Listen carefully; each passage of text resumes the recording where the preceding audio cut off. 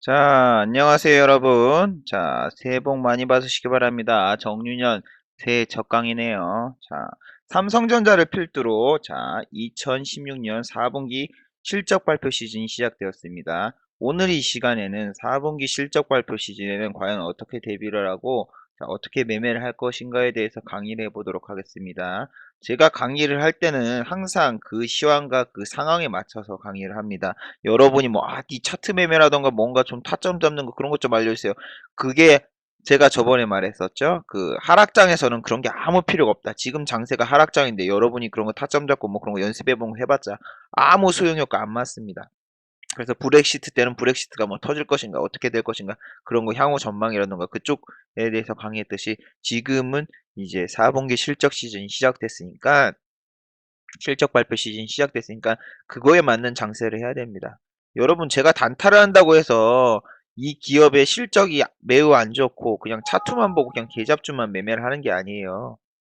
단타라고 해도 그 회사의 가치를 다 분석하고 뭐 PBR, PR이 아니면 뭐 영업 실적이라던가 뭐 PBR, PR도 물론 보지만 영업 실적이라던가 뭐 이런 거 하나하나 다 따지면서 다 공부를 합니다. 그냥 차트 보고 공부를 한 게 아니에요. 자, 그래서 여러분이 주식을 하다 보면 알겠지만 단타를 치다가 중간에 물렸어도 실적 좋고 뭐 시황 모멘텀이 좋은 주식은 반드시 한 번쯤은 빠져나갈 기회를 줍니다. 그래서 주가가 안 오를지 뭐 그런 거보다는 그런 걸 알려면은 그 회사의 실적과 모멘텀을 찾아서 알 수 있어요. 왜 주가가 오르는지도 모르고 막 이상한 차트만 보고 그냥 차트만 보고 분석을 한다는 게 자체가 주식에서는 말도 안 되는 일입니다. 그렇기 때문에 여러분이 자꾸 이상한 급등주 검색식이나 검색기 같은 거 쓰고 막 이상한 급등주만 따라다니시는데 그 시간에 뉴스를 더 찾아보고 레포트 하나를 찾아가면서 이 회사의 영업이익이 올해 잘 나올 것인가, 이번 분기에 잘 나올 것인가, 그거를 하나라도 더 분석해 보시기 바랍니다. 그게 주식의 기본이자 기초입니다. 자, 일단은 이번 주 증시 현황과 제가 매매한 종목을 복귀해 보도록 하겠습니다. 이번 주는 새해 첫날에서 좀 출발이 좋았는데, 자, 일단은 시황입니다. 먼저 해외 지수를 보도록 하죠. 나스닥은 지금 좀 올라왔어요. 원래 2000선을 돌파를 하느냐 마느냐 했는데 2000선이 아니라 2만선이죠. 자꾸 코스피가 생각나네요. 2만선 돌파가 이제 드디어 목전에 왔습니다. 3일간 쭉 빠지다가 드디어 조금씩 올랐는데 이거 돌파하면은 또 돌파를 해도 그쪽에서 또 2만 포인트를 지지해주면서 랠리가 계속되느냐 아니면 2만 포인트를 기점으로 또 하락이 시작이 되느냐 그건 아무도 알 수 없습니다. 그런데 트럼프 당선된 이후 이렇게 쫙 갔는데 우리나라 증시는 아직도 2050도 못 넘고 빌빌대고 있는 게 참 아쉽네요. 자, 일단은 다우는 이제 다음 주면 2만 포인트를 넘을까 안 넘을까 확실히 알 수 있습니다. 일단은 마지막 날 금요일은 상승으로 갔죠. 뭐 지금 우리 선물도 우리 선물 지수 나쁘지 않아요. 다우를 쫓아갔으니까 0.2% 상승해서 가니까. 자, 코스피와 코스닥도 한번 보죠. 코스피도 마지막 날은 상승으로 끝났죠? 코스닥이고 그럼 코스피가 이걸까? 아니군요. 자, 자, 코스피도 상승으로 끝났습니다. 코스피도 상승으로 끝났는데 우리는 누구대는 2만 포인트인데 우리는 그 10배에 주하는 2050선에 이제 드디어 거의 다 달아왔는데 1포인트 모자라죠. 정말 너무한 것 같아요. 이게 지금 2050선이냐 완내가 중요한 게 아니라 여러분들 매매일지 올릴 때 항상 그 선물이라던가 이런 거 올리잖아요. 우리나라가 못 오르는 게 한쪽이 사면은 외인이 엄청나게 싸잖아요. 그럼 기관이 다 팔고 있고 기관이 사면 외인이 팔고 있고 이거 무슨 토스하고 리시브를 계속하고 있어요. 보세요, 여러분. 이런 거 여러분 주가가 그러니까 지수는 빌빌대고 그러는데 왜 내 주가는 빠지지? 이런 거 잘 보세요. 자, 거래소에서 외국인이 2천억을 샀어요. 근데 기관이 3천억을 팝니다. 이러면 주가가 오르겠어요? 못 오르지? 코스닥도 그래요. 코스닥은 어 40억 정도 사면은 기관이 더 팔고 여기서 개인이 있으니까 이거 두 개 합치니까 더 좋지 않느냐 했는데 여러분 이렇게 질문해 주신 분이 있어요. 막 보면은 아니 분명히 주가가 아니라 지금 지수는 오르고 있는 걸로 나오는데 왜 왜 그걸로 안 나옵니까? 왜 주가가 안 오릅니까? 주식이 안 오릅니까? 뭐 이런 얘기를 해주신 거예요. 이거는 여기서 내가 설명을 해드릴게요. 자, 여러분, 지수가 이렇게 플러스야. 지수는 분명히 한 10포인트든 20%는 0.1%든 뭐 이렇게 플러스로 막 10포인트 플러스 이렇게 나와가지고 한 0.3% 상승으로 끝났어. 근데 내 주식은 오르지 않거나 빌빌대고 있어. 그러면은 첫 번째 문제는 시장의 주도주가 아닌 거고 아니면 좀 소외되고 있거나 그 지수가 오르는데 빠지고 있는 주식은 정말 포트 교체를 한번 생각을 해보셔야 됩니다. 그리고 아예 안 움직이는 주식도 있는데 지금 여러분이 좀 착각할 수 있는 게 지수가 올랐다고 해서 종목이 따라가는 주식이 있고 안 따라가는 주식이 당연히 있습니다. 원래 수급이라는 건 한쪽 쏠림이 있기 때문에 하고 순환매도 발생할 수 있기 때문에요. 지금 다 반도체하고 OLED 그리고 제약바이오 이쪽이 약간 좀 살아가지고 제약바이오 좀 살아나고 있습니다. 그쪽으로 좀 이제 수급이 좀 몰리고 있잖아요. 거의 뭐 바이오가 아니라 그 반도체 같은 경우는 뭐 D램 공급 부족도 움직이고 있잖아요. 근데 외인이 사도 이게 여러분이 뭐 다우가 좋았다면 아침에 이렇게 갭이 딱 떠가지고 코스피가 막 한 1% 가까이 상승이 되잖아요. 그러면은 우리 단타 입장에서 먹을 게 없어요. 왜냐면은 1% 상승하면 보통 더 이상 안 올라가고 갭상으로 들어와서 빠져버린단 말이에요. 그러면은 올랐다가 빠져가지고 아침에 들어가면 상투하는 거고 이 점심이나 뭐 이럴 때 들어가면 이거 쭉 계속 빌질질 하다가 후반에 뭐 거의 빠지거나 보합으로 가버리면은 단타 하시는 분들은 먹을 게 없고 저도 별로 그렇게 안 좋아해요 이런 거는. 그리고 지수가 1%로 시작되거나 뭐 이렇게 되면은 뭐냐 안 좋은 게 뭐냐 이렇게 갭을 이렇게 띄우고 중간에 한번 빠져도 여기만 지지를 해주잖아요. 자 여러분이 10,000원짜리 주식이 있다고 생각을 해봐요. 10,000원짜리 주식이 있는데 이게 아니 이게 만원 여기가 만원이라 생각이야. 여기 한 8,000원? 내가 블로그에 썼는데 8,000원이었는데 자 만원이라는 주식이 만원까지 이렇게 아침에 갭을 상승했어. 근데 이렇게 딱 올라갔잖아요. 근데 사람들이 여기서 차익 실현하고 외인 기관도 약간 털고 빠져. 근데 8,000원을 이렇게 지지를 해주잖아요. 근데 8,000원에서만 외인이 계속 사고 이 위에선 하나도 안 사잖아요. 그럼 이 주가는 안 올라요. 여기다가 그냥 외인 기간이 여기다가만 걸어놓고 여기 이거는 지지를 해주는데 여기다가 해놓으면은 장 끝나면 어떻게 되냐면 외인 기간 분명히 매수로 나오는데 외인 기간 분명히 8,000원에서 계속 샀으니까 매수로 나오는데 주가는 안 오르고 보합이나 아니면은 하락으로 끝나는 경우가 많단 말이에요. 이게 무슨 말인지 알겠어요? 그러니까 수급이 있거나 아니면 외인 기관이 산다고 이렇게 해서 지수가 파고 오르거나 아니면 자기 주가가 안 오르거나 할 수가 있다니까요. 이렇게 자기 주가가 왜 안 오르지? 분명 외인 기관 수급은 맨날 들어오고 있는데 안 가지? 장 끝나면 항상 있는데 이겁니다. 잘 알아두세요. 밑으로만 사고 위로 안 사면 주가는 안 올라요. 이걸 항상 명심해 두세요. 그래서 사람들 분명 외인 기관 수급이 있는데 내가 주가는 계속 흘러내리고 있다고. 이런 원리입니다. 이런 원리입니다. 그 주가를 그냥 외인이 그냥 우리 주가를 방어 정도로 해주고 있지. 외인이랑 기관이랑 합세해서 사야 되는데, 잘 안 사니까. 우리는 코스피 2000 넘어가면은, 펀드 환매 물량이라고 있기 때문에, 기관은 거의 다 팝니다. 계속 팔아요, 계속 팔아. 그래 놓고서 막, 레포트는 계속 쓰죠. 코스피 3000을 바라볼 수 있다. 올해 박스피 탈출한다. 뭐 한다 하면서 계속 레포트 씁니다, 여러분. 레포트 쓰고, 여러분을 꼬시고, 자기네는 고점에서 물량 청산합니다. 지네가 그런 레포트 쓰고, 지네가 사서 얘기를 해야지. 이게 뭐예요? 사지 않고 계속 이렇게 팔면서 얘기를 하면은 개미 꼬시기밖에 안 됩니다. 그런 레포트 우리 지금 10년 가까이 봤었고, 우린 10년 가까이 박스피예요. 한국에서 주식하실 때는 비관적으로 생각하면 최소한 잃지는 않습니다, 여러분. 2000선에서는 항상 2000선 위에서 항상 조심을 하세요. 자 그리고 코스닥을 한번 보죠. 코스닥 찍습니다. 코스닥은 지금 계속 올랐어요. 계속. 최순실 게이트 사건이야 뭐 이런 것에서 저점을 찍고 탄핵이라는 그 요소 하나 갖다가 이제 뉴스를 팍 터트리면서 이제 촥 오르기 시작했죠. 연기금이 이제 그 매수하고 할 때 뭐 삼성전자나 이런 거 할 때 그 있잖아요. 그 삼성전자라든가 뭐 이런 거 시총이 높은 주식만 사고 시총이 낮은 주식은 뭐 버려라 해서 가이런스 이런 거 조정을 이번에 한다고 뉴스가 나오면서 그 뒤부터 계속 올랐는데 중요한 건 뭐죠? 기관은 팔고 있어요. 기관은 팔고 있는데 반도체 쪽이랑 지금 디스플레이 쪽으로 지금 수급이 쏠리면서 연일 상승하고 있는데 글쎄요 한번 이제 조정을 또 줄 수가 있습니다. 계속 올랐어요. 계속 오르면 뭐 나스닥도 지금 연중 최고치 갔으니까 우리도 같이 따라갈 수는 있는데 우리가 나스닥이랑 다우가 최고치 갔다가 내려오면은 우리는 아직 반도 못 올라왔는데 지난 시즌에 비해서 반도 못 올라왔는데 같이 내려갈 경우가 있으니까 항상 주의를 하시기 바랍니다. 연초에 너무 오르면은 연초에 너무 오르고 계속 랠리가 계속되면 좋을 수도 있는데 떨어지는 것도 항상 생각을 해요. 떨어지는 것도. 내가 항상 말했잖아요. 우리는 상승장이 한 3개월 정도 있고 보합이 뭐 한 또 한 5개월에서 4개월 있고 나머지 6개월은 다 하락장이니까 잘 대비를 해야 된다고.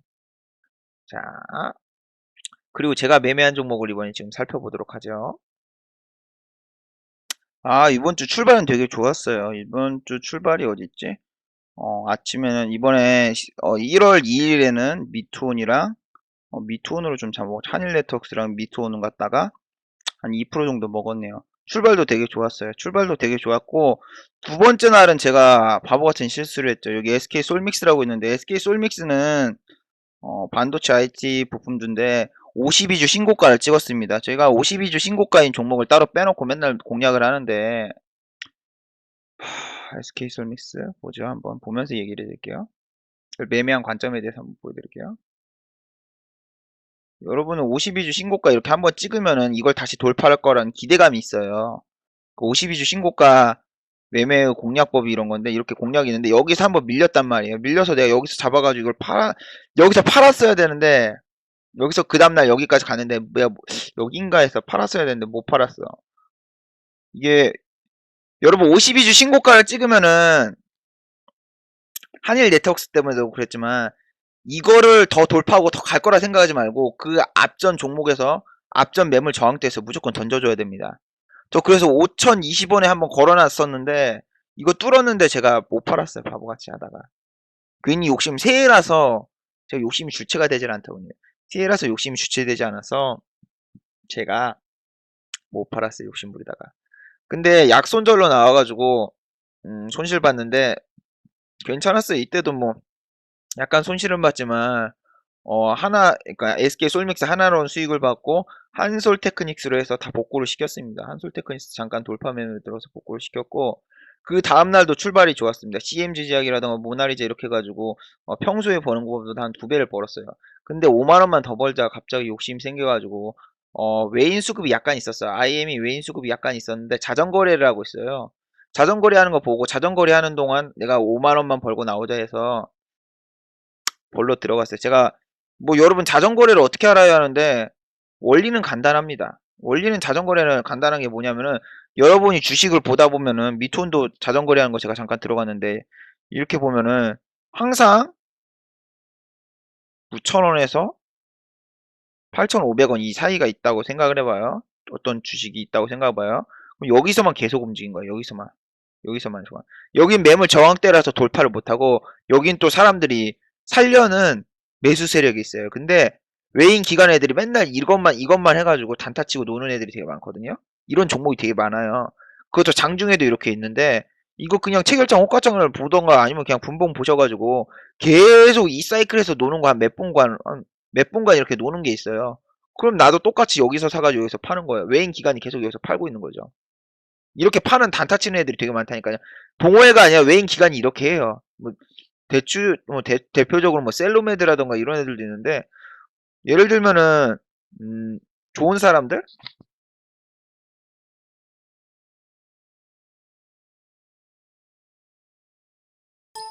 얘도 똑같아요. 맨날 여기 2540까지만 가면은 팔아버리고 2540까지 가면 팔아버리고 해서 사람들 질리게 만들거든요.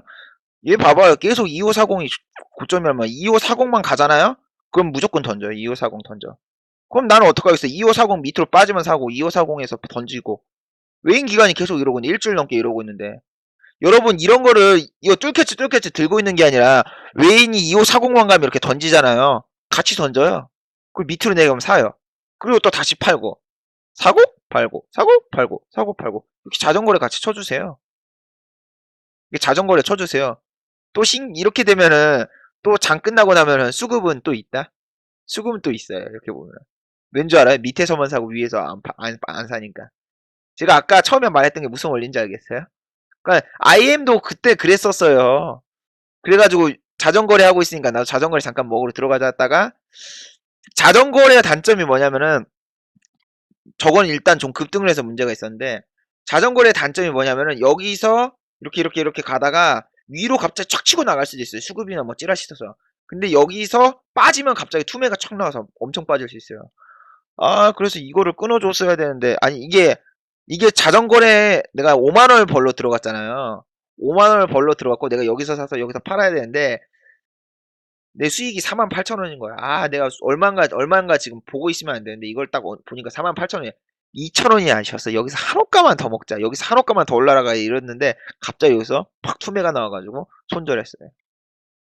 손절해가지고, 약 손절을 했는데, 아, 뭐, 그래서 이번 주는 계좌를 보면은 이번 주는 손실입니다.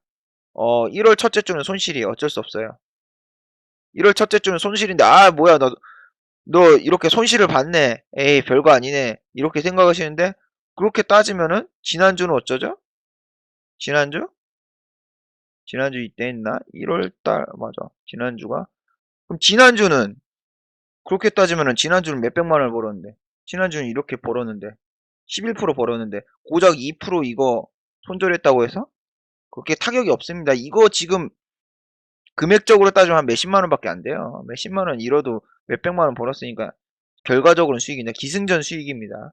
그러니까 너무 저런 거에 하지 말고 그러면은 저걸 제가 복귀하려고 목요일이나 금요일이랑 매매를 하려고 했는데 제가 저 블로그 보셨어요?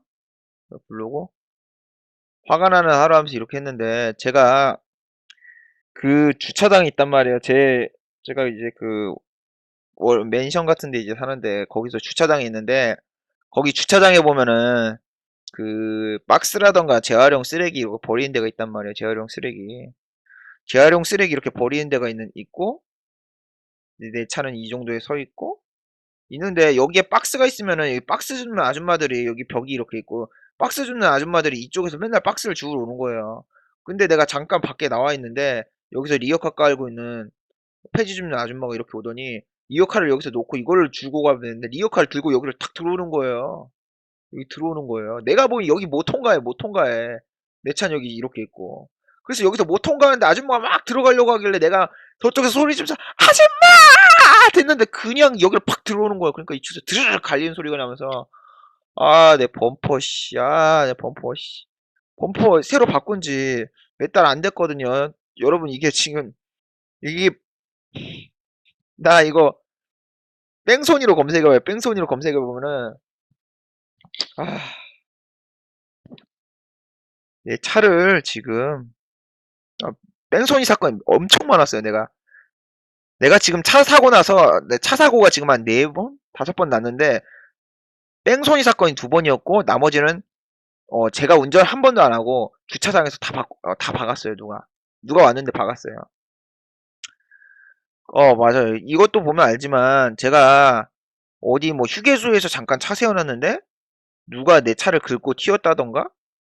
이렇게 막 긁고 튀었던 거, 이런 게 있단 말이에요. 이런 사건이 터졌단 말이에요.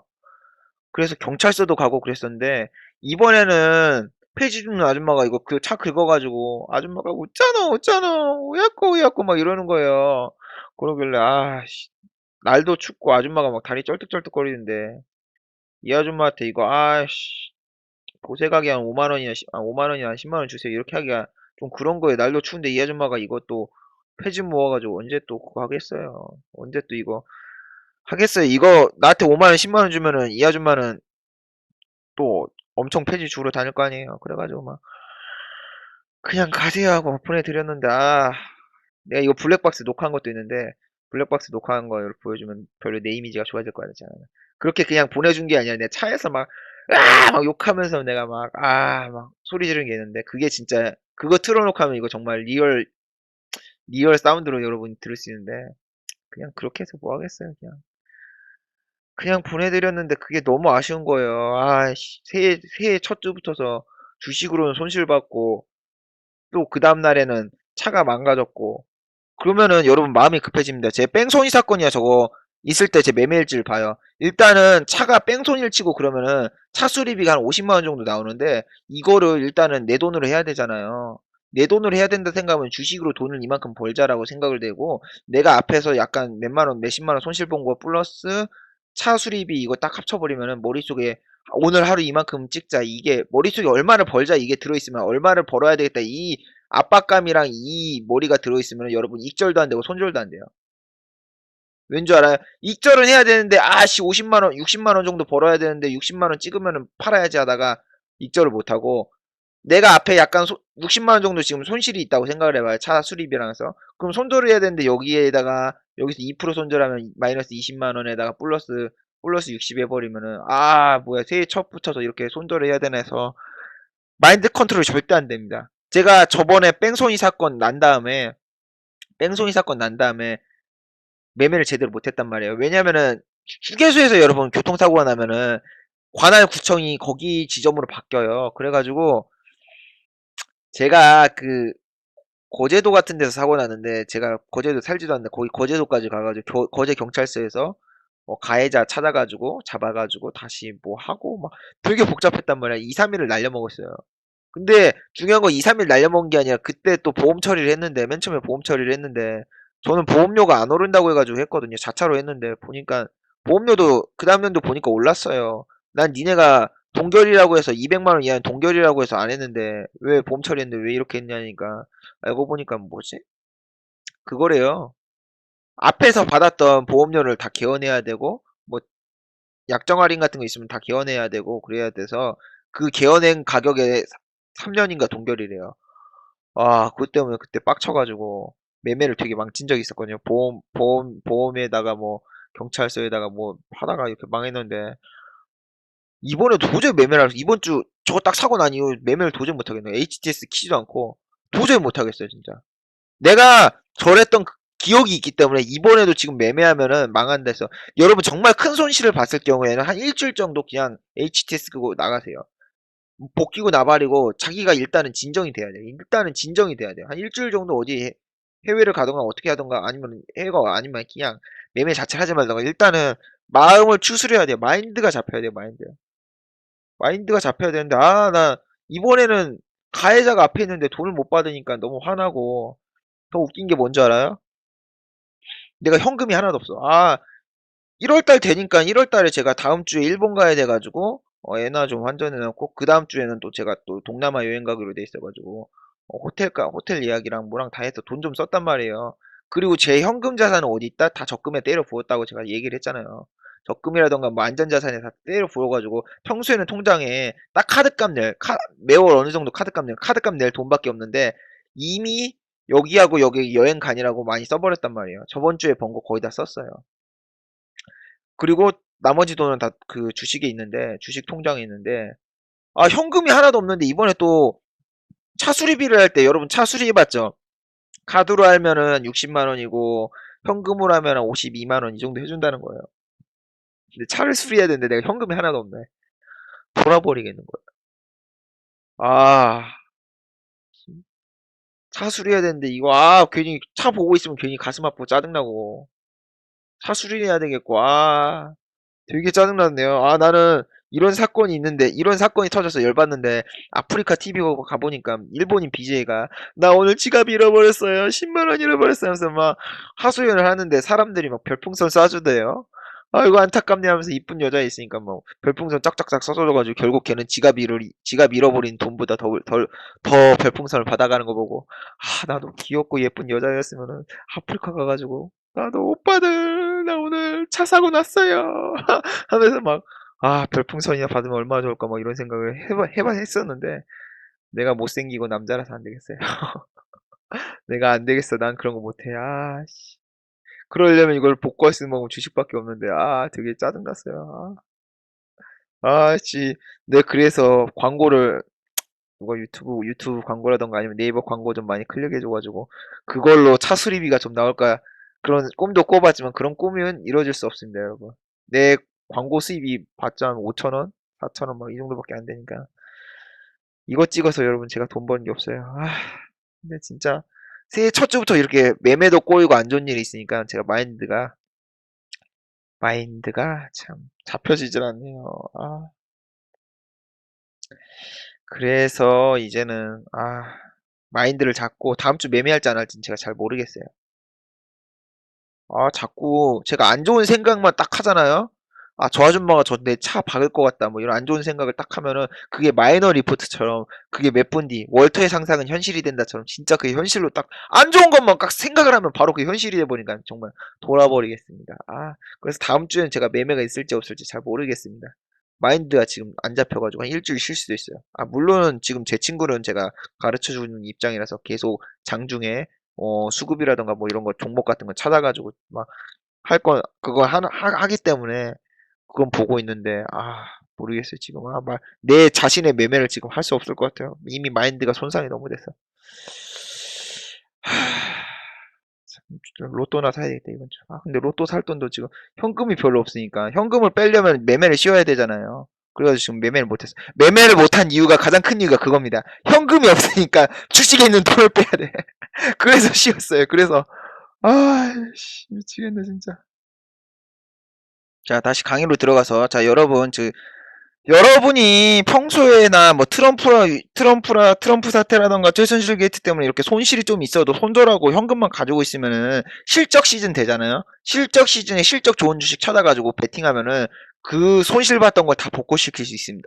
그렇기 때문에 항상 현금을 무조건 챙겨놔야 돼요. 하락장이면은. 그럼 실적 시즌 때 지난번에는 하락장에서 실적 시즌 때 비실비실했지만 지금 같은 경우에는 삼성전자 이렇게 쫙 올라오면서 뭔가 기대감이 있기 때문에 증시의 그 어닝 랠리를 생각하면서 어닝 시즌 랠리를 생각하면서 이렇게 기대감이 있기 때문에 이럴 때 진짜 손실봤던 거 다 복구시키고 플러스 전환도 할 수 있고 한 해 농사를 여기서 다 끝낼 수도 있단 말이에요. 그러니까 항상 진짜 지금 트럼프 때 막 이렇게 물려고 있는 사람들 이제 본전 올까 말까 하다가 아니면은 아직도 마이너스이신 분도 있지만 지금 현금만 가지고 있으면 나처럼 이제 실적 좋은 주식 있으면 풀베팅 때려야겠다 뭐 이런 생각을 하고 있겠죠. 제 매매를 지금 요즘 풀베팅으로 다시 바꿔볼까도 생각하고 있어요. 한 주에 딱 한 번만 매매해서 한 100만 원 찍고 4주 하면 400만 원 되잖아요. 그렇게 할까도 지금 생각 중입니다. 겨우 공기업 이제 뭐한 400만 원, 500만 원 밖에 못 벌어? 이렇게 말씀하시는 분도 있지만 전업이 그밖에 못 벌어 하는 분도 있지만 전업인데 마이너스 찍는 사람 태반입니다, 여러분. 그리고 내가 공기업 급여 담당자였어요. 급여 담당자라서 공기업 35년 차 부장 월급이 500인데 세 전입니다. 세후 빼면 400만 원 후반대 될까 하고 제가 공기업 5년 차 대리였을 때 월급이 300만 원 정도로 됐는데 300만 원인데 여기서 뭐다 건강보험료하고 뭐시기냐 그 실업급여 주는 거 그거 고용보험 돌려도 돈 하나도 못 받았네. 고용보험이랑 뭐 다 빼면 한 250만 원 되는데 여기서 250 공기업이 나쁜 게 이런 게 있습니다, 여러분. 한 250만 원 정도 되는데 여기서 못 뺀다. 노조비는 원래 있는데 노조비하고 뭐 총무면은 총무팀 무슨 총무회비하고 뭐 동기회 회비 동기회라고 해서 동기들끼리 뭐 이제 뭐 문안 인사한다고 했는데 이런 거에서 한 기본 한 20만 원 정도가 또 빠져요. 노조에다가 뭐 쓸데없는 게 너무 많아. 거기다가 우리 공기업은 뭐 봉사활동 점수라던가 뭐 이런 거 필요하고 그리고 또 농어촌 이런 데다 지원해줘야 된다 해서 온누리 상품권을 강제해버려. 온누리 상품권이라서 농수산물 상품권을 사야 되거든요. 그러면은 한 200만 원 초반대가 된단 말이에요. 월급을 300만 원 받는데 세금은 물론 내죠. 세금 다 빼고 또 빠진 게 없어야 되는데 공기업은 이런 쓸데없는 게 너무 많단 말이에요. 왜 상품권을 직원이 강매를 해야 됩니까? 막 짜증나가지고 공기업 다닐 때도 정말 짜증나고 무슨 봉사활동까지 해서 맨날 봉사활동하러 다니고 있는데 아 학생도 아니고 아무튼 그럴 때 제가 벌었던 월급이 200만 원 언저리였어요. 200만 약간 넘었어요. 그 공기업 부장님이 400만 원 후반인데 내가 지금 이 나이에 한 달에 한 500, 이 정도 벌면 정말 잘 번 겁니다. 무시할 수 있는 금액이 아니에요, 여러분. 여러분 그럼 월급이 지금 얼마인데요? 자, 그렇기 때문에 저는 월천 이런 거 노리지 않고 그냥 그렇게 매매를 해볼까 생각이에요. 일주일에 딱 한 번만 매매하자. 요즘엔 너무 매매하기 힘들고 친구도 자꾸 이거 봐주면서 내가 매매를 하려니까 내 매매를 못 하겠어. 그럼 딱 한 번만 진짜 집중해서 종배 때려가지고 풀베팅 때려가지고 벌고 그 다음에 매매 접자 이 생각을 하고 있거나 아니면은 어 그거 했어요. 스윙으로 하나 가져가고 스윙으로 한 주에 하나씩 몇 개 하고 그 다음에 내가 단타 계좌 하나 해서 조금씩 해가지고 할까 지금 매매법을 어떻게 바꿔볼까 지금 좀 고민 중입니다. 그냥 소액으로 그냥 매일 매매를 하려고 하니까 너무 힘든 것 같아요. 그래서 체력이 좀 안 되는 걸로 지금 생각 중이에요. 욕심은 줄이고 그 대신. 자, 아무튼 삼성전자 실적이 발표됐지, 여러분. 발표되었죠. 실적이 가이던스를 상회를 했습니다. 상회를 해서 삼성전자 지금 뭐 수급이 외인이 이렇게 들어와가지고 있는데 지금 엄청 많이 잘 됐죠, 이거? 얼마 나왔죠? 실적 가이던스가 작년 같은 경우에는 작년 3분기에 실적이 8조 정도 나왔죠. 8조 나왔는데 지금 얼마 나왔다? 예. 지금 9조 나왔어요. 9조. 9조를 넘었어요. 9조를 넘었으면은 실적 가이던스 지난보다 더 동기 대비해서 더 올랐고 주가도 올랐죠. 근데 원래 여러분 그걸 아셔야 돼요. 삼성전자라는 주식이 항상 실적이 되게 잘 나왔거든요. 실적이 잘 나왔는데 실적만 발표하면은 항상 확 빼버리던 주식이에요. 갤럭시 노트 사건이 아니라 옛날에 실적 발표했을 때 2013년인가? 실적 딱 발표하면은 바로 뺐거든요. 이때가 아닌데 작년 봐봐요. 실적 발표했을 때 이땐가? 아니야. 더 내려가야 되네. 이걸 2005년, 2001년. 2005, 2015년 트렌드는 그거였어요. 삼성전자는 무조건 실적 발표하면 떨어진다. 이게 거의 많았는데, 이번엔 지금 패턴이 바뀌었어. 삼성전자가 뭐, 엘리엇, 뭐, 삼성물산에 좀 있으면서 좀, 주주 친화 정책 어쩌고저쩌고 하면서 좀 많이 올렸어요. 이렇게 해서 실적 시즌만 되면 실적만 발표하면 이땐가? 아니야, 4월달이 아니었어. 얘는 좀 빨리 해. 빨리. 4월 1일인가 그때 했을 거야. 더 빨리 했는데, 얘네는 실적만 발표하면 무조건 패대기 쳐요. 올리다가 실적만 발표하면 패대기 이땐가 될 거예요. 계속 패대기 치고 실적만 또 하다가 여기서 또 내리다가 계속 빼잖아요. 이렇게 계속 빼버린단 말이에요. 실적 발표하고 계속 빼는 게 우리나라 현실이었단 말이에요. 여기서부터 실적 발표하고 계속 뺐는데 지금은 갑자기 그 엘리엇이 뭐 주주 친화 정책 하자 어쩌고저쩌고 해서 배당금 늘리게 어쩌고저쩌고 하자 해가지고 지금 이제 또 늘리는데 여기서도 이제 실적 발표하고 또 내렸죠. 맞아요. 실적 발표하고 이렇게 내리고 이게 트렌드라니까요, 여러분. 그래서 여러분이 관찰 노트에다 다 적어주세요. 이 회사의 주식은 어떤 회사의 주식은 A라는 주식이 있으면 그 회사가 실적을 발표했을 경우에 실적이 좋게 나와도 이 회사는 실적만 발표하면 주가가 내려가는 데 있으면은 그런 종목을 패스하거나 아니면 그런 종목은 실적 발표 전에 사가지고 실적 발표하기 전날에 팔아버리고 뭐 그런 전략으로 바꿔야 되는 거예요, 여러분이. 그래서 항상 뭐 경험치 노트 같은 거 항상 제가 만들어 놓으라고 했었죠. 앞에 강좌를 다 보신 분들만 이해할 수 있습니다. 그래서 앞에 거 많이 돌려보세요, 여러분. 자, 아무튼 삼성전자가 이렇게 실적이 잘 나왔습니다. 물론 잠정이지만. 자, 그러면은 이게 왜 잘 나왔을까 아시죠?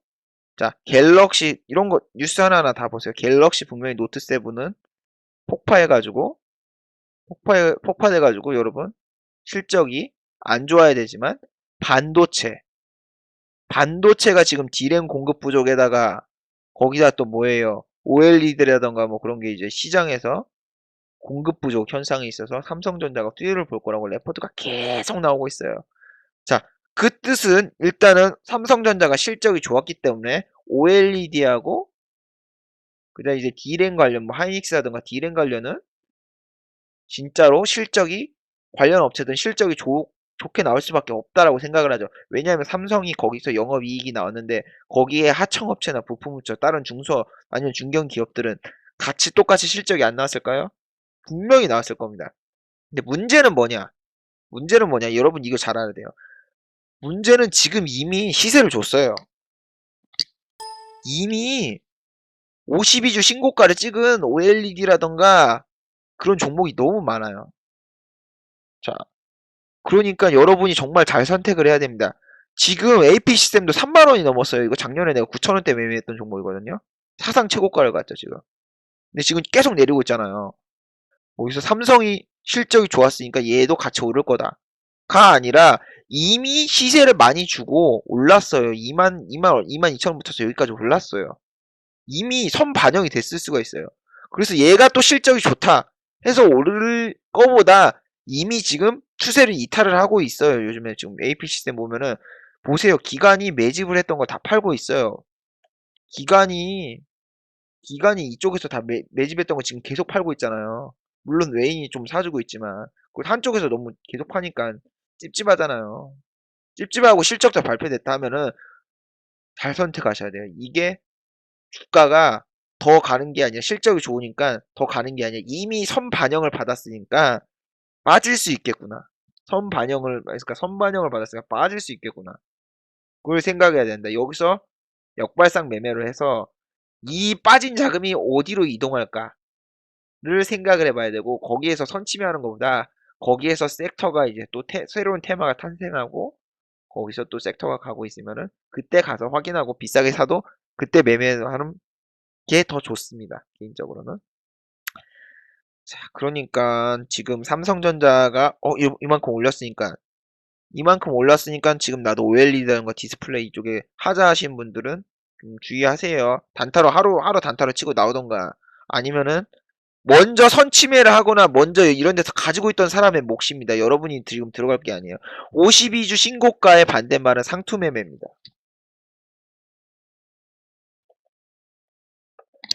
52주 신고가 홈캐스트 11월 15일 날 찍고 계속 내려가고 있어요. 계속 내려가고 있어요. 최순실 게이트까지 엉켜가지고.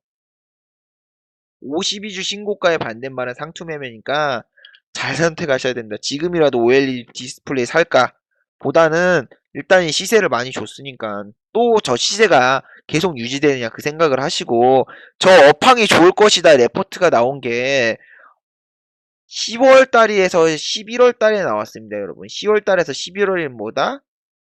10월 달에서 11월에 레포트가 나왔는데, 업황이 좋을 것이라면 보통 10월에서 11월, 아니 10월에서 12월 이때까지가 4분기잖아요. 4분기 실적이 좋을 게 아니라 얘네 레포트를 보면은 내년 1분기에 2017년 1분기가 실적이 좋을 거다 이렇게 레포트가 나온 데가 되게 많거든요. 근데 지금은 4분기 실적을 보고 하는 거니까 어떻게 보면 또 어떤 중소기업이나 이런 데 업체는 안 좋았을 수도 있어요. 가이던스를 상회 못했을 수도 있습니다. 그럴 때는 정말 주의하셔야 됩니다. 뭐 반도체 쪽은 업황 호황이라고 레포트를 쓰면서 기관들이 계속 파니까 얘네들이 팔아먹으려고 쓰는 걸 수도 있어요. 정말 주식반은 사기꾼 소굴이에요. 재료 소멸은 확실히 알아야 돼요.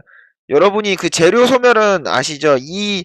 이게 이렇게 해서 업황 호황이라고 해서 재료가 이렇게 나왔으면은 이 재료가 사라지면은 주가는 내려간다. 허허. 그리고 여러분이 그 회사 실적이나 이런 거를 잘 나올 거는 평소에 그런데 네이버 들어가서 보세요. 네이버 들어가셔가지고 네이버 금융이 있잖아요. 네이버 금융. 뭐냐? 네이버 금융 같은 데 보시면은 매일 뉴스와 시황 업황 이렇게 나옵니다. 그럼 그런 데서 찾아가지고 레포트를 매일 확인하세요. 그런 걸 딱 스크랩을 하시고, 여기 있네. 잠시만요. 그런 데 가보시면은 업황 시황에서 기업 종목 분석해가지고 여기서 이거는 매일 나오거든요. 이건 오늘 게 안 나와서 그런데 고평가는 부담 뭐 이렇게 해서 실적 부진 이렇게 목표가 하향이라던가 이렇게 가이런스라던가 이게 다 나온단 말이에요. 그럼 자기가 가지고 있는 종목이나 자기가 공략할 종목 실적 목표치가 얼마나 나올 것인가 뭐 그걸 해보세요. 그거를 다 하나하나 해놓고 아까 그 가이런스는 얼마나 잡았는지 어떻게 확인해요? 이렇게 딱 나오잖아요. 그거 알고 싶으신 분들은 여기 들어가셔가지고 여기 들어가 보면은 최근 분기 실적하고 이렇게 나와 있잖아요. 아직 아모레퍼시픽 이게 아모레퍼시픽이거든요. 아모레퍼시픽이 아직 실적 발표 안 했어요. 근데 여기 2라고 돼 있죠. 여기 2. 그럼 이건 뭐다? 이게 추정치예요. 추정치. 올해 이번 분기 실적이 얼마나 될까? 추정치. 여기 써져 있죠. 컨센서스 2는 발표한 전망치야. 추정치. 그러니까 이거를 충족시켜야지 슈팅이 나온다는 얘기죠. 이만큼 추정을 하고 있다. 여러분이 이걸 들어가서 한번 확인을 해보세요. 참 좋은 걸 알려주네요. 그러니까 저런 거 추정치 얼마나 될까 일단 계산을 해보고, 예를 들면 OCI 같은 것도 볼게요. 자, OCI는 이거 많이 먹었죠? 이거 내가 실적할 때마다 검색해보세요, OCI. 한 몇백만 원 먹었던 것 같은데. 실적 발표했을 때 5월 달인가? 5월 2일? 볼까요? 이거 실적 시즌 때 OCI로 매번 먹었었는데, 한 100만 원 먹었던 것 같은데? 응? 이거 10만원 먹은 일주구나. 아, 이거 이날 100만원을 먹었는데? 이거 말고 제가 크게 먹은 적 있었거든요, OCI. 이건가.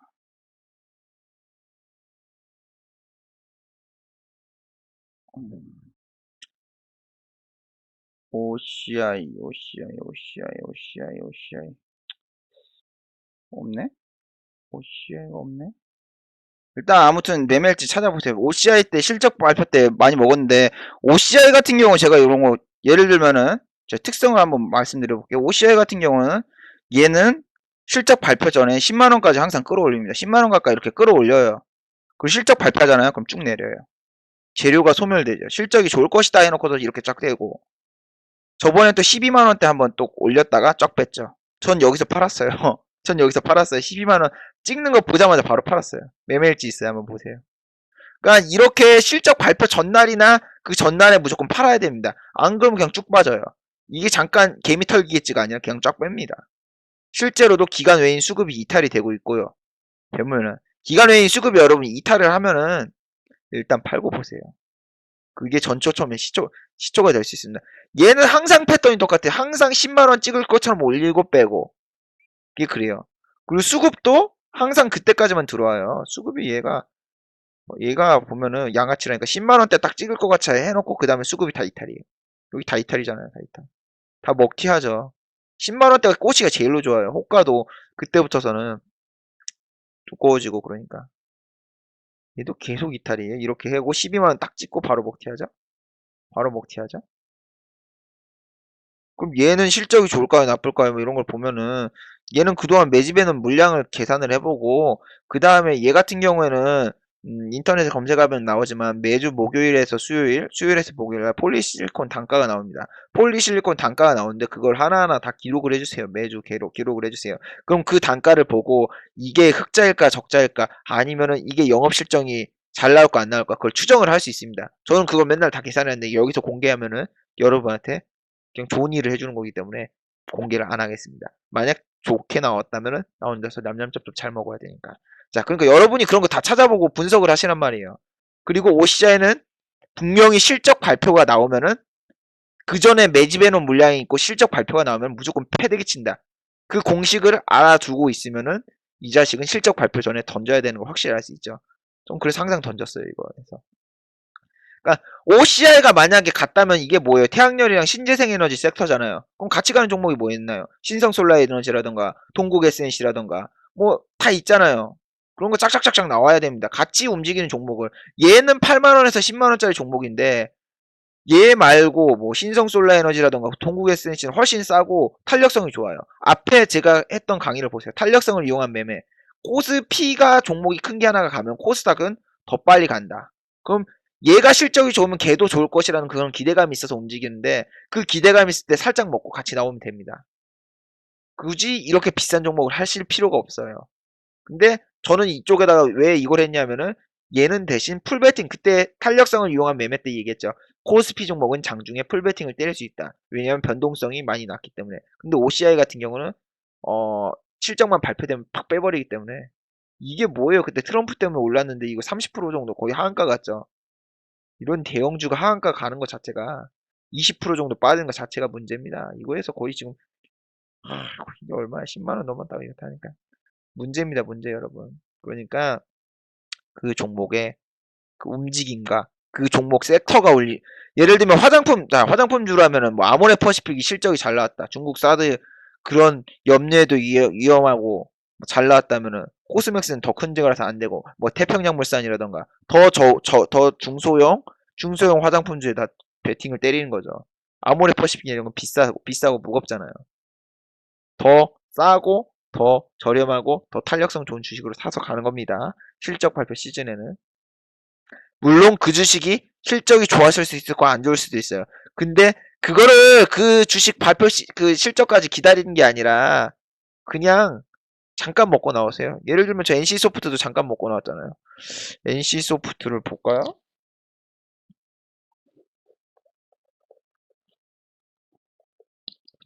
NC소프트가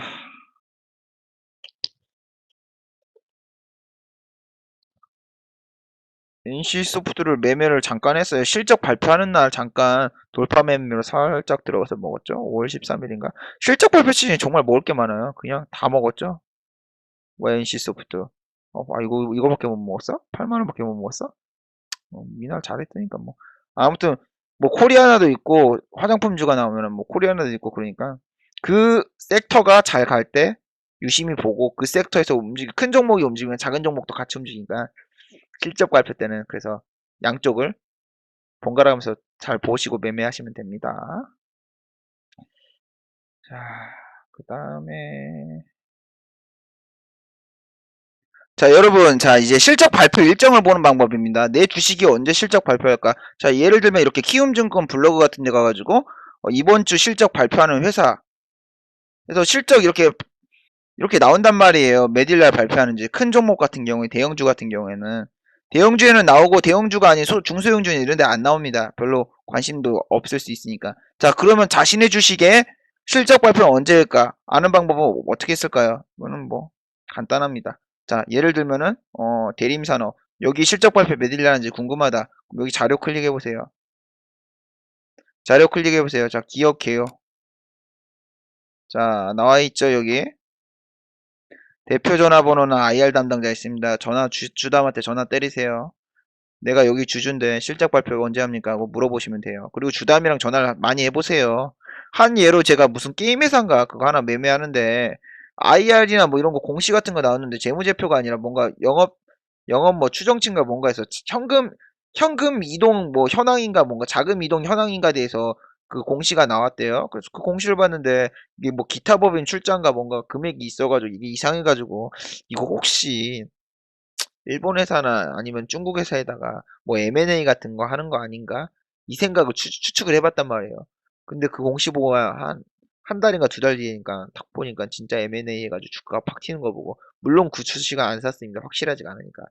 그런 거 보고도 여러분이 한 발 더 빠르게 선취매를 하거나 아니면은 미리 노림수를 노리고 매매를 할 수도 있단 말이에요. 그러니까 궁금한 점이 있으면 그때 막 그런 거 뭐 IR 자료나 뭐 그런 거 나오면은 여러분 주담이랑 많이 통화를 해보세요. 저는 실적 발표 시즌에는 전화비만 10만 원 넘게 나옵니다. 걔네들한테 맨날 전화하느라고. 실적 발표 언제 합니까? 언제 합니까? 언제 합니까? 자, 실적 발표 언제 하는지 보고 기간 외인에 이런 거 수급이 계속 연속성으로 있나 확인을 해보고 기간 외에는 우리 개미들보다 정보가 더 빠릅니다. 미리 매집해놓고 개미들한테 레포트 씌우고 그리고 팝니다.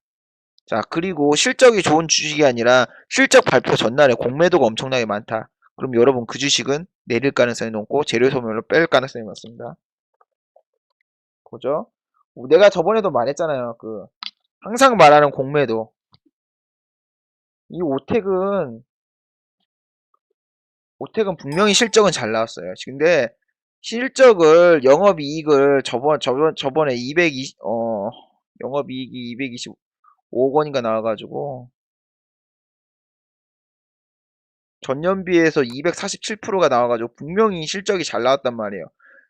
근데 전년비에서 400% 오를 거라고 이렇게 가이런스를 그렇게 잡아버렸어요. 그러면 뭐예요? 실적이 가이런스에 충족을 못하니까 주식은 하락을 하겠죠. 얘네가 진짜 쓰레기인 게 뭐냐면은 실적 발표하기 하루 전날에 공매도를 최고치까지 찍어버린 거 15% 찍어버렸잖아요. 그리고 주가를 반토막 내버리고.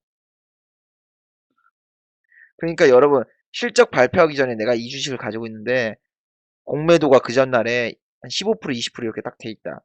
아, 그러면 얘네 기관 외인들이 털려고 이미 이렇게 해놨구나. 이렇게 공매도를 쳐놓고 매집해놓고 빼버리면은 위에서 던지니까 주가가 내려가니까 공매도로도 수익이고 나는 위에서 주식을 파니까 주식으로도 수익이고 양방향 통신이라니까요. 양방향 통신. 그러니까 양쪽에서 돈을 다 버는데 기관에는 양쪽으로 돈을 다 버는데 우리 개미는 주가가 오르지 않는 이상 돈을 못 버니까 절대 이길 수 없는 싸움입니다. 그래서 진짜 재료 소멸이라던가 뭔가 기간 외인 낌새가 이상하다. 조금이라도 이제 수급 이탈이 보인다면 빨리 대응해 주셔야 됩니다. 여러분 10번 매매 잘했다가 한 번 크게 때려 맞으면은 그걸로 손실 보는 개미들이 다 이런 겁니다. 아니겠지. 실적이 좋은데 아니야. 이 정도 실적이면 괜찮아. 영업이 그래도 흑자니까 괜찮아. 이렇게 본인이 생각을 하는데 그거는 다 시장이 판단하는 겁니다. 본인이 판단하는 게 아니라 이 회사의 가치는 너무 저평가야. 본인이 판단하는 게 아니야. 시장에서 소외되고 있는 주식들은 계속 소외만 됩니다. 여러분이 가치를 보고 판단하는 게 아니에요. 계속 소외 못 받은 주식들 있잖아요. 그런 거 소외 못 받거나 상폐된 주식이 더 많은데 항상 여러분을 꼬시게 하는 그 업체들은 뭐 같이 투자를 하십시오. 삼성전자, 아모레퍼시픽 10년 전, 20년 전 주가를 보세요. 이걸 샀으면 여러분도 부자가 되셨을 겁니다. 근데 본인은 샀나요? 본인 절대 안 샀어요. 그 말을 하는 애들 계좌 가서 보여달래요. 그럼 네가 왜 지금 이러고 있냐고 한번 물어보세요. 그러니까 개미들은 10%만 올라도 20%만 올라도 다 팔고 싶어 하고 그리고 금액이 그렇게 크지가 않기 때문에 그거를 가지고 있었다 해봤자 얼마 안 돼요. 물론 삼성전자 10만 원에 사가지고 100만 원 되면 많이 됐겠지만 그거야 말이 그렇죠. 우리 전세 자금 내야 되고 뭐 월세, 학자금 대출도 있고 뭐 세상 살면서 2, 3년 안에 돈을 다 써야 되는데 10년, 20년 돈 거의 못 가지고 있습니다. 여유 자금을 해도 그 여유 자금에다 계속 돈을 투입하다 보면은 그 돈이 눈덩이처럼 불어나고 그 돈이 또 갑자기 경제 위기 같은 데를 맞이하면서 하락하게 되면은 그 손실도 정말 만만치 않습니다. 절대 그렇게 되기가 힘들어요. 자, 일단은 그 다음에 또 뭐려고 해야 되나? 이게 뭐 대본이 없으니까 대본이 없으니까 참 진행하기 힘드네요. 아까 오텍처럼 오텍 지금 막 9,000원대 밑에 막 8,000 얼마까지 갔죠? 8,900원까지 갔죠? 여러분 이렇게 주가가 빠지고 있는데 오텍이 한 번 더 빠지게 된 계기가 추가 상장을 했습니다. 추가 상장이나 12 발행은 여러분 악재입니다. 카카오가 주가가 못 가는 게 걔네는 주가가 좀 오르려고 싶으면은 스톡 옵션이라고 하는데 스톡 옵션이 임원이라던가 아니면 회사 직원 아니면은 어 이렇게 딱 거래를 하는 거예요. 이렇게 딱 외인이라든가 회사 직원이라든가 이런 사람들한테 거래를 해가지고 이게 주가가 10만 원이면 내가 니네들한테 8만 원에 이 주식을 줄게 하면서 8만 원에 이렇게 좀 더 싼 가격에 주식을 줍니다. 자, 그러면은 그걸 가지고 있는 애들은 어떻게 하겠어요? 스톡 옵션으로 받은 거 팔아버리잖아요. 내가 지금 주가가 10만 원인데 8만 원이면 팔자마자 바로 수익인데 다 팔죠. 그런 게 시장에 물량이 나오면서 예, 주가가 떨어집니다. 오텍 같은 경우도 이게 어떻게 됐죠? 추가 상장을 하면서 이렇게 쫙 내려가고 기간외인 로스컷 치고 지금 이렇게 주가가 내려오고 있는데 여기까지 이렇게 막 사상 최고의 실적을 할 걸 해놓고서 쫙 빼버리니까 참 답이 없네요. 답이 없어. 그래서 여러분 손절매는 확실히 해줘야 되고 여기서 계속 버티면은 더 큰 지옥을 보게 됩니다. 물론 몇 년 뒤에 이게 다시 오를 수도 있겠죠. 하지만 시간도 돈이에요. 그리고 여러분의 고통은 더 커질 수도 있고 오를 거야 했는데 안 올랐을 때 그리고 이게 더 반토막이 났을 때도 생각을 하십시오. OCI, 포스코 항상 이런 걸 생각을 하십시오. 거기보다 더 지하실이 있다는 거를 OCI도 여러분 계속 말하죠. OCI 조용구 씨가 14억 날린 종목 60만 원짜리 8만 원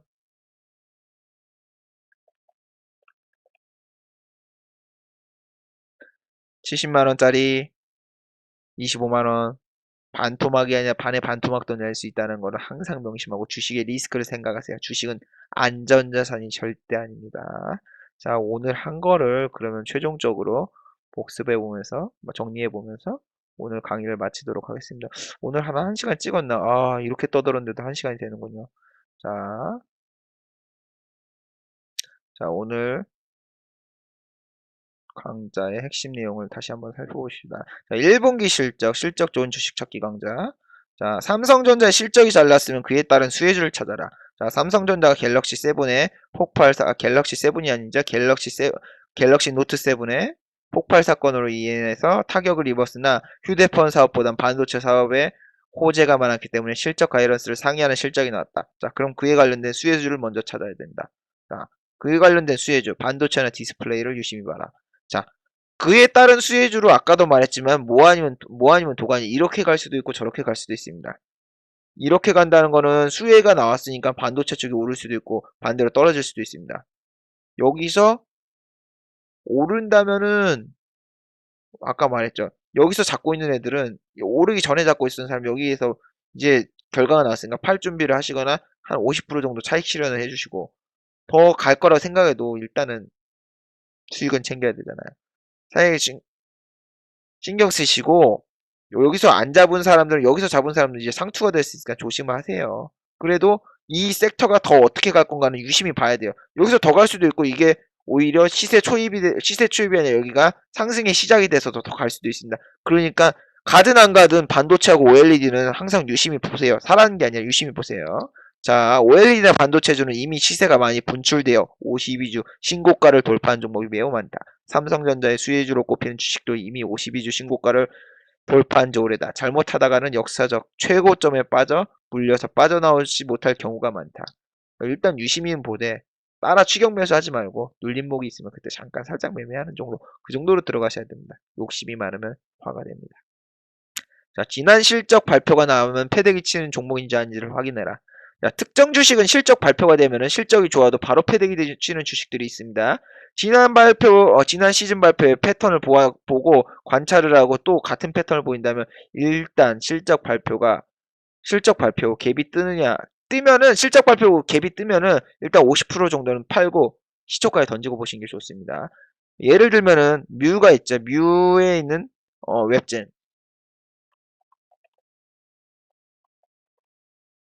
웹제는 참 나쁜 게 평소에는 수급이 없어요. 그러다가 실적 발표 2, 3일 전에 잠깐 수급이 오는데 물론 검은 머리 애들 단타입니다. 이렇게 오는데 실적이 좋을 거다. 뭐 이때였나? 실적이 좋을 것처럼 해서 한 3일인가 외인 기간 수급이 나왔고 실적 발표되자마자 이렇게 뻥 떴는데 바로 빠졌죠. 이때가 아니었던 거야. 내가 한번 손절했어요. 한번 제 매매일지를 찾아보세요. 한번 이때였었던가. 한 번 분명히 있었어요. 이거는 뭐 합병 때문에 그랬을 거고 합병이 아니라 한 번 이렇게 쭉 올랐어요. 올랐다가 망했었던 게 있는데 이때다 이때 실적이 좋을 거다 이렇게 해놓고서 탁 빼버린데 여러분 조심하세요. 이런 바로 빼버린 실적 발표하자마자 바로 빼버린 주식이 허다해요. 허다해. 그러니까 이런 거 다 체크해 보시고 그 다음에 매매하세요. 실적 관련, 자, 다음 번입니다. 4번. 실적 관련 뉴스를 스크랩해 놓고 항상 모아둬라. 자, 실적 가이던스와 전년도 실적이 얼마 나오는지, 영업이익률이 얼마 나오는지를 늘 레포트를 찾아보고, 그리고 기간의 수급과 외인의 수급 미타를 여부를 체크하라. 항상 말했죠. 외인 기간은 우리보다 더 빨라요. 빨라. 한 발 더 빨라요. 실적이나 그런 것도 미리 다 알고 있어요. 그러니까 외인 기간이 계속 지속적으로 연속적으로 매수하는 종목은 유심히 지켜보고 그 레포트가 나오면은 걔네가 레포트를 쓰면은 그때는 같이 팔고 나오세요. 자, 5번 실적 발표 전 공매도율을 봐라. 실적 발표 전날에 대량 공매도가 있다면 그건 실적이 예상치를 하회한다는 뜻이다. 실적이 작년보다 더 잘 나온 게 중요한 게 아니라 예상치보다 못 나오면 그건 하락으로 향할 확률이 높다. 아까 오택 보셨죠? 오택처럼 하시면 됩니다. 자, 드디어 유튜브 구독자가 5천 명을 넘었어요. 5천 명이나 넘다니 참 오랜 시간이 걸린 것 같네요. 근데 중요한 건 유튜브를 제가 이거 활동을 한 지 아직 1년이 안 되는데 이 정도면 뭐 선방하고 있다고 생각을 합니다. 5천 명이 넘었으니까 이제 올해는 목표를 1만 명으로 잡고 1만 명 정도 찍을 수 있지 않을까요? 한 6개월 했는데 한 5천 명 찍었으니까 지금 5,015명이니까 일단은 6천 명 한번 돌파해보죠. 좋아요와 구독하기 많이 눌러주시고 음, 다음 시간에 한번 또 뵙도록 하겠습니다. 다음 주는 제가 주말에 일본을 가기 때문에 이걸 금요일날 찍어서 올릴까 안 올릴까 그건 잘 모르겠네요. 그리고 그 다음 주는 제가 또 동남아를 가기 때문에 시간이 있을 때마다 올리는데 주말에 시간이 있을 때마다 올리는데 아무튼 어떻게 될지는 잘 모르겠고 뭐 모르겠네요. 일단 자 수고하셨고 이런 그 뭐지 블로그도 잘 보시고 밑에 광고 같은 거 좀 많이 클릭해주세요. 이거에서 돈 버는 것도 없는데 애드포스트 지금 4,000원인가 벌렸는데 이게 10,000원인가 넘어야지 통장으로 입금이 되거든요. 짜장면이라도 한 그릇 사 먹어봅시다. 유튜브 또 여러분 광고 스킵하면은 저한테 100원도 안 들어오는 거 아시죠? 저 3개월 유튜브하고 500원 벌었어요. 와, 한국인들이 그렇게 광고를 안 보는지 처음 알았어요. 지금 한 10불인가 모아졌으니까 이대로 한 내년까지 하면은 100불 채워가지고 한번 통장에 입금될 것 같아요. 자, 광고도 좀 스킵하지 말고 그냥 좀 다 봐주시면 감사하겠습니다. 자, 수고하셨고 다음에 또 뵙도록 하겠습니다. 자, 모두 즐거운 주말 되시고 정윤원의 새해 복 많이 받으시기 바랍니다. 자, 수고하셨습니다.